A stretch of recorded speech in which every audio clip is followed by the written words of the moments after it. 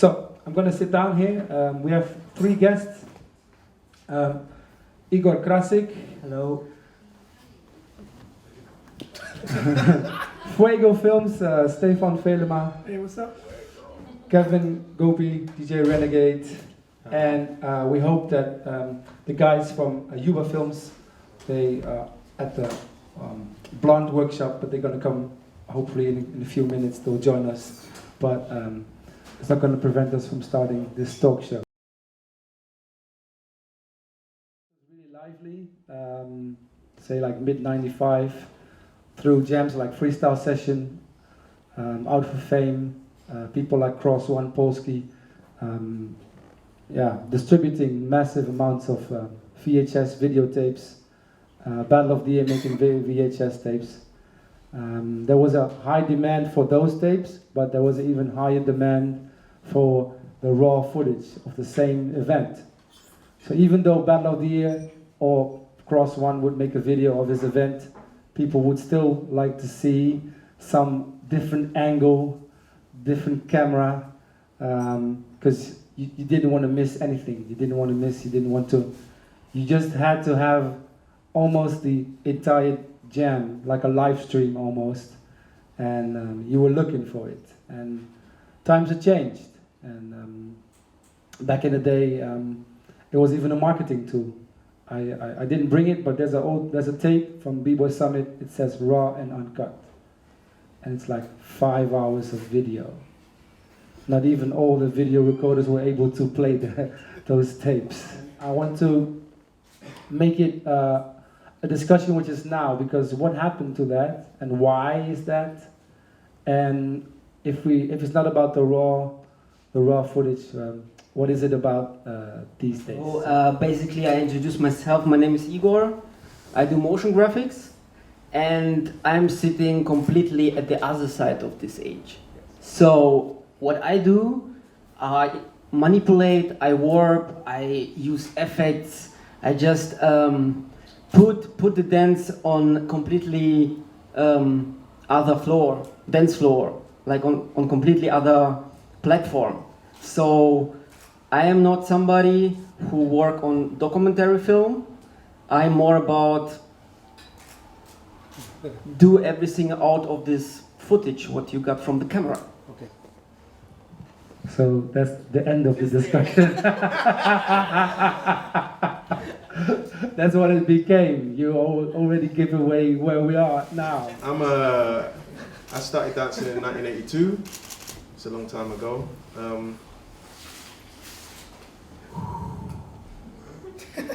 Wait, I have to think how to say this. Okay, so raw footage. When we were young and the scene was new, any footage we got was like gold dust.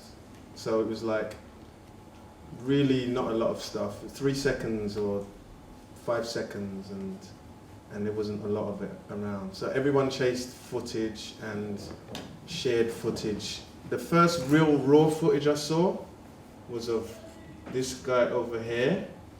This is Nick from Second to None. Everybody give a hand please for Nick for Second to None. He's part of a crew from the UK. They were still going when the scene died out. There was some footage of a jam called CH Fresh, which was in Switzerland in 1990, and that was like gold dust, basically. So any break-in you could get hold of, you really, went after it. So I saw the footage of them, and then I was like, I need to meet these guys. And then I met them a few years later, and then I contacted Swift Rock, and he used to send me footage. And all of the footage you got, you just held on to.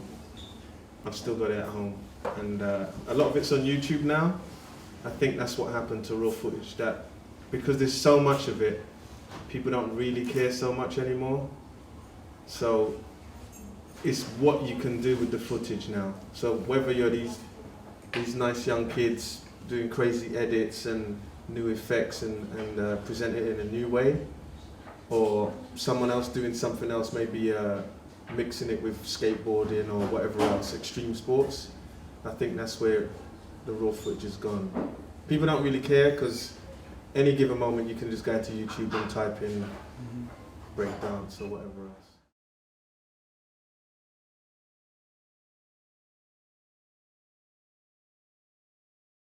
so you could copy.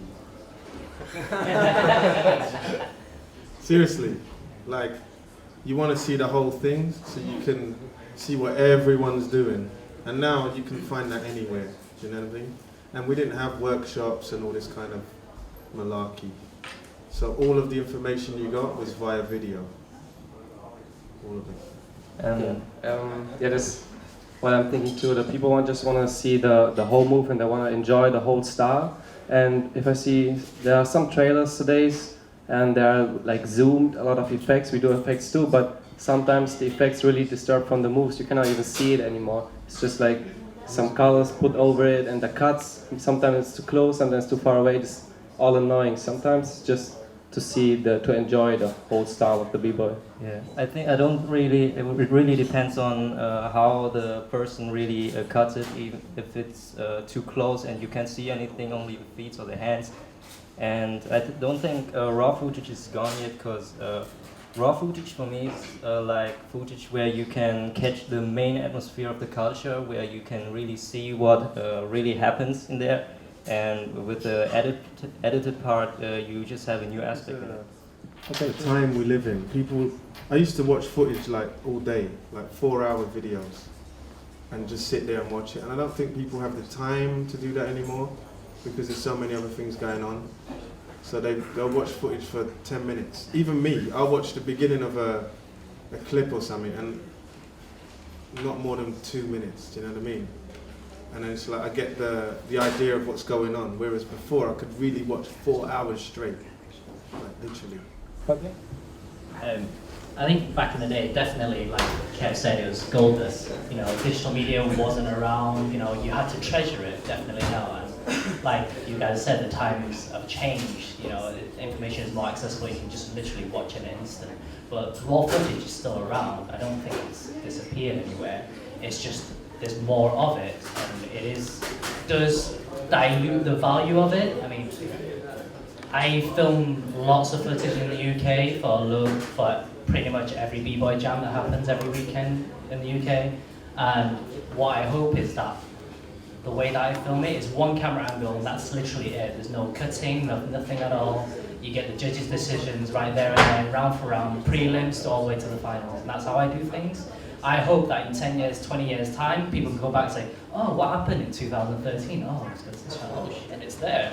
You know, so raw footage is still around. You might not just call it raw footage now, or it's not as valuable now, but maybe in 10, 20 years time, it's going to be valuable then.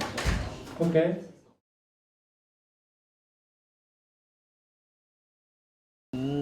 I think live streams still count as raw or well uncut, but still it's kind of raw, because you still can catch up with the whole event, kind of. And for me, footage should be like, it's a cherry on the pie. You've been to the event and you're at your home, and it's like, oh, this was this one thing, I want to see it again. But the moment you have live streams, and the moment the footage starts living a life of its own, it's like it's getting in place of the jam. So I don't need to go to IBE, I can watch the live stream. Or it's okay, I missed it, but I can watch the after movie. So I think at the pace that footage is coming online, and the things, media is getting hotter. I mean, hot media, like you can literally experience it behind your screen. Works the opposite way. You don't go to a jam anymore, maybe in the future, because you just watch it on the screen. And I think this is something that's underneath the problem we're discussing. I think it really depends on how the public viewer really think about that, because if you see the stream and you say, whoa, this is so dope, I want to go there next year, then you just do it.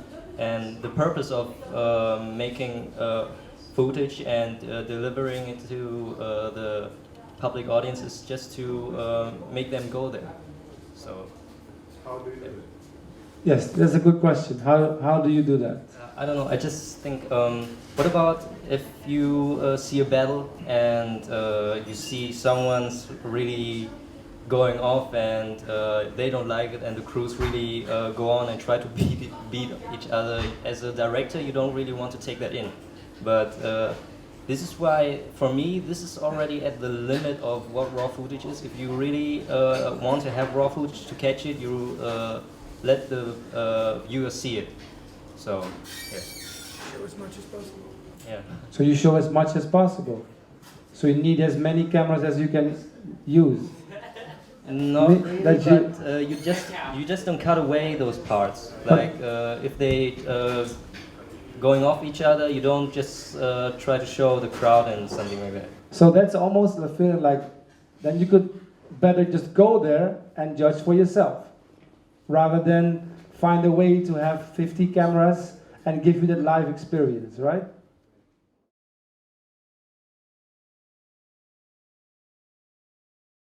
People aren't going so much to jams anymore because they can see it on the screen and from every perspective. Because when we film a trailer or something, which we seldom do, we see a lot of photographers, filmers everywhere. It's like from every angle. And for Beat Battle, there was a jam. We were filming there, and there was a photographer before us, and we were like fighting each other. This is my perspective, and we were like, no, we are working here for this event, stuff like this. And sometimes this sucks. That's why we told ourselves we don't want to do trailers anymore. There are a lot of people doing this already, but yeah, actually, there should be maybe just 2-3 cameras in one team, and that's enough. And I think the same thing happened in photography. Yeah. Like we have these small moments from people like Martha Cooper or whoever else, but now in every jam there's photographers everywhere, and that stuff's not worth anything because everybody's got the same pictures of the same jams, almost the same angles, right? So it kind of cheapens what's going on a little bit. And then everybody uploads, and the upload speed is even faster. Yeah. So what they do is they add like different effects and stuff to make it more interesting, which is the advertising thing. Like, look at my skills, look what I can do with the footage or the photography or whatever else it is. So it's become less about the moment and more about what I can do with this moment. Do you know what I mean? And in the end, it's just who uploads it faster, like you said. So it's a competition between the photographers and the filmmakers also. And this is like growing a lot now. Like these machines can do everything. They can take pictures in high quality, they can do effects and film and turn the world inside out. And I mean, like all the kids that have got these cameras now, I'm just like, what happened? They're like £1,000 or something, right? And everyone's got these cameras. It's a bit crazy.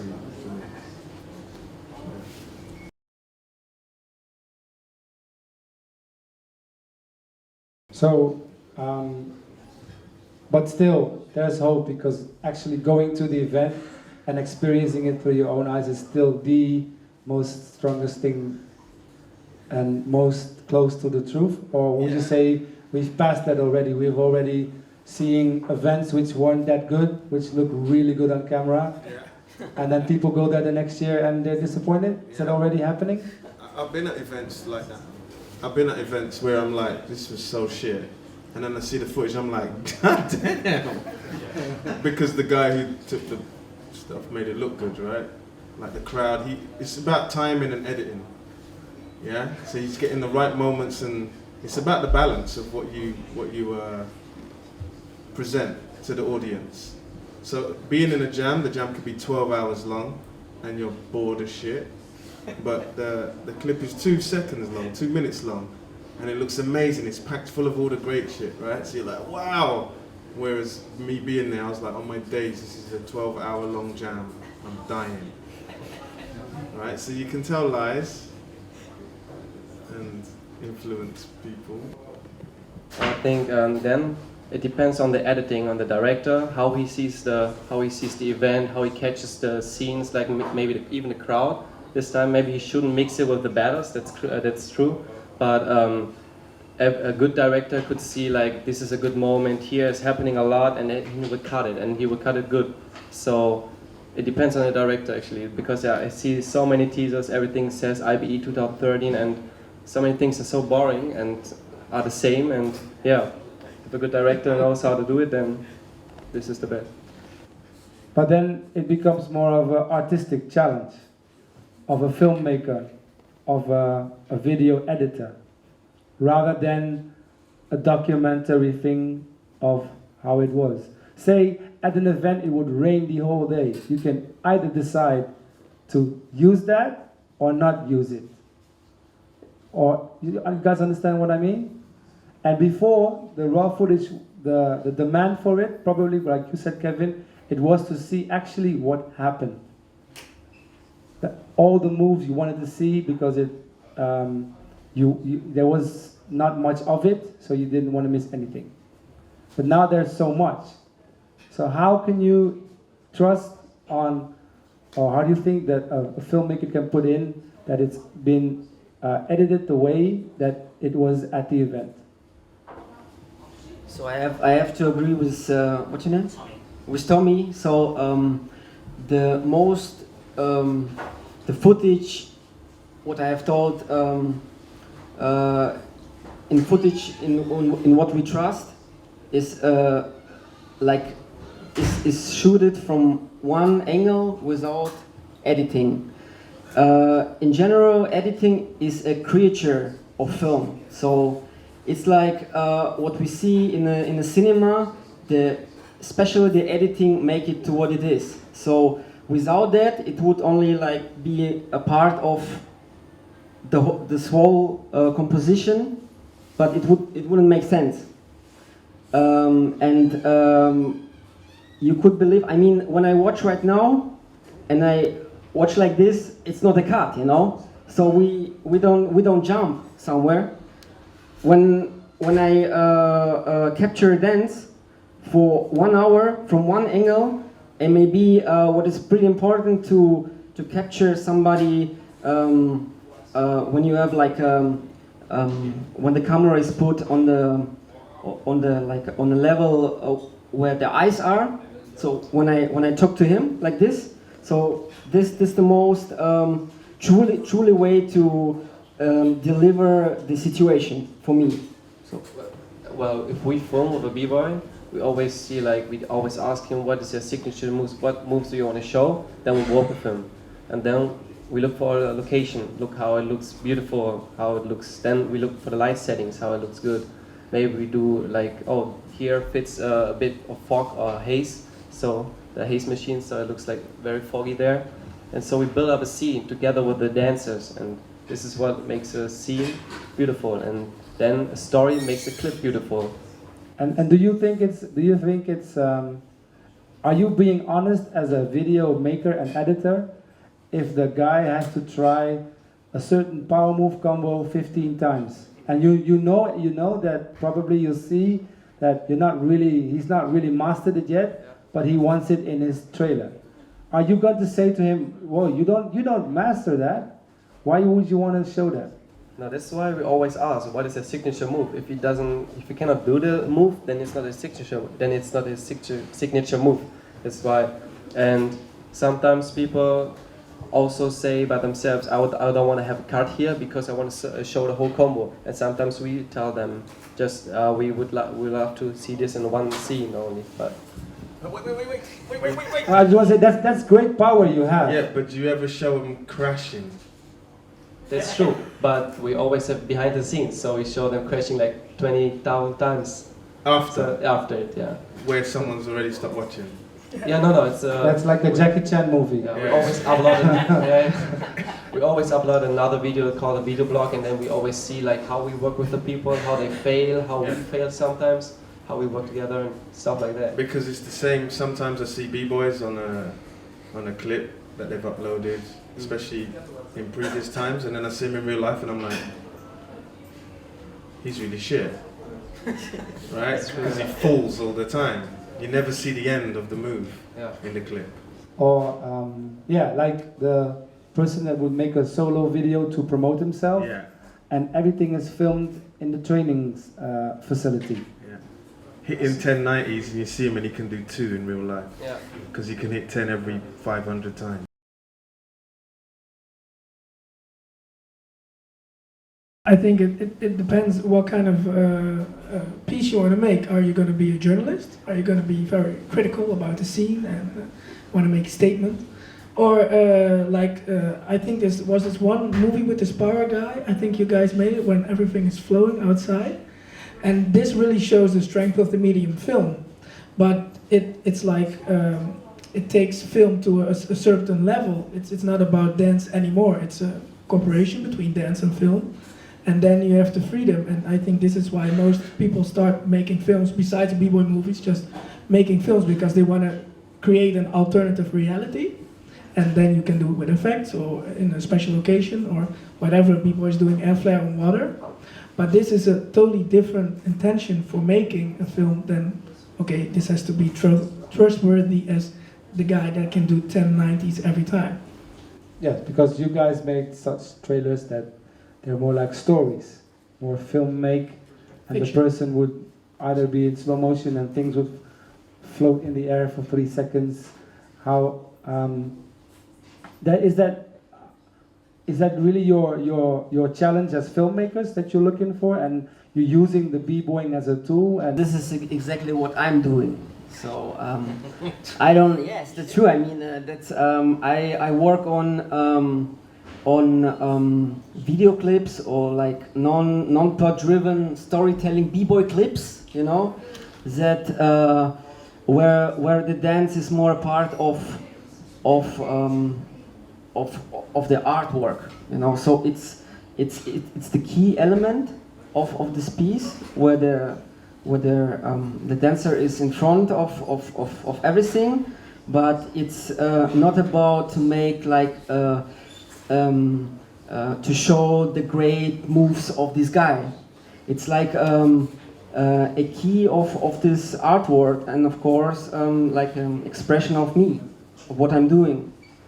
So maybe for me it's like I always, when I started to dance, I always was confronted with things like, oh, you know, b-boying, it's you flip around and all these things. And for me, it's like this is the reason why I try to put the dance into this art life. So, yeah.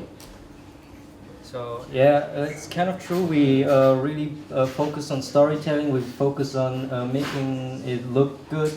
And but the thing is, if you watch a movie, this is the main purpose of a movie, just to tell a story, to entertain people, and to kind of create an alternative reality. But the difference between such individual movies like you see in Hollywood and the one we do for dancing is, the dance movies are more real. Because if you see Loki doing some jump and then you see some shockwaves, it's all pure fiction.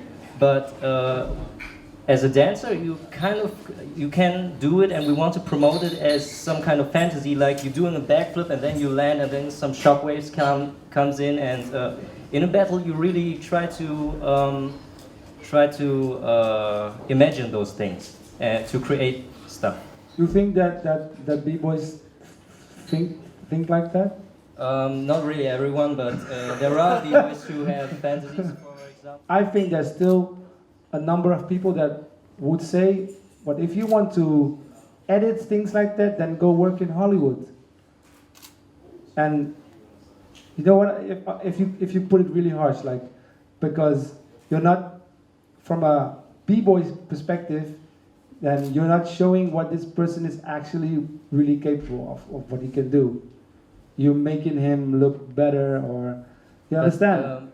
It's not that we try to make him look better as he does stuff that he really can't do. We work with the dancers, and we really try to cooperate his own moves, so we show that what he's capable of.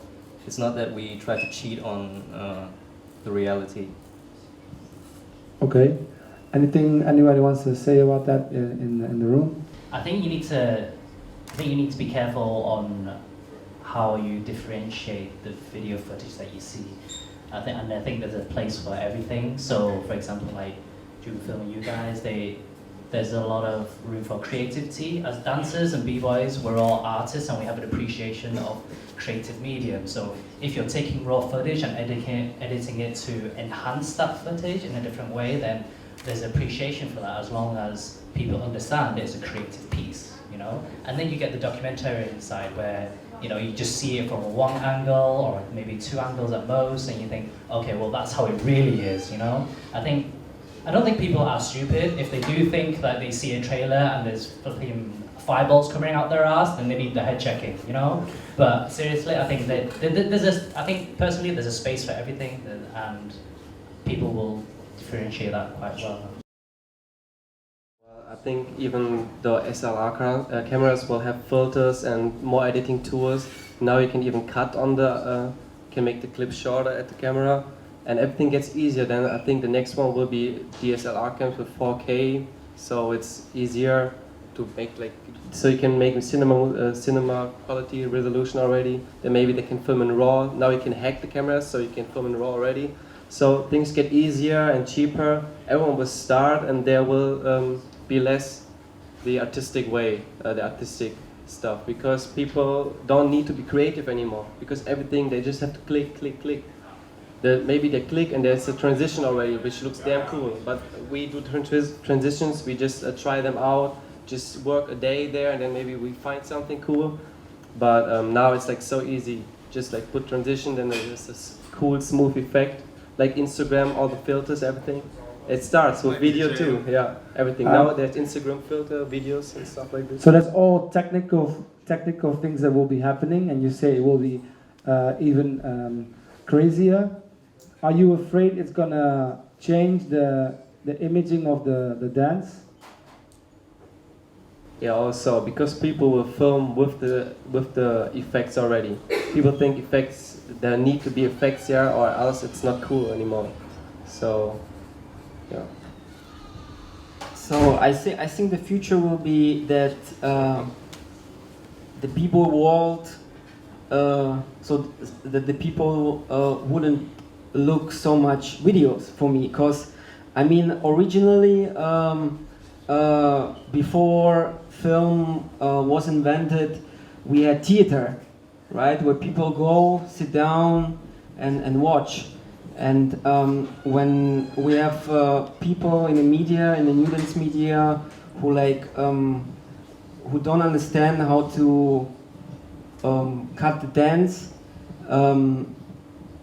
automatically the audience will lose the interest for me. So, because I mean we have a target audience, of course, that most of the people are they take a close look on art, or they dance as well.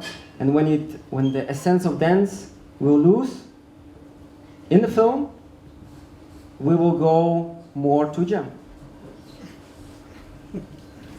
Yeah, I think he's right that it really changed that way that people are. The good thing is we are going to show to the world. So there is more and more people getting to know the dance, but they don't really get to know the culture. But there will be a time, I guess, when there's just too much of it, and people will just go back again. So there will be a demand for raw footage again. No, but it really depends on the category. Well, you should just differentiate the parts where you make fictional movies, for example, or where you really want to show off the jam. I understand. Because I was speaking to someone recently. There's some dancers, like these kids that do all these like popping and stuff like that, and they don't enter competitions. And I was like, I never even seen this guy before, like, who cares, right? But their idea of competition is who gets the most views on YouTube. And that is how much the world has changed, you know? Yeah. So you can still be competitive in your own way, yeah, right? In their way, they're winning. The guys in competitions have got no views, right? But they have loads of views. Do you know what I mean? So their idea of competition has evolved with the technology. It's a new league. Yeah, and our idea of breaking has evolved with the technology. We can see the creative, artistic stuff that they do, or we can go to a jam, and we've got this massive spectrum in between. So it's just new dimensions opening up. Yeah, all the time. Okay. Well, that's what I leave it with, and I want to thank you all for listening, and do come back for the next talk show with the photographer Keen Khan. Thank you very much.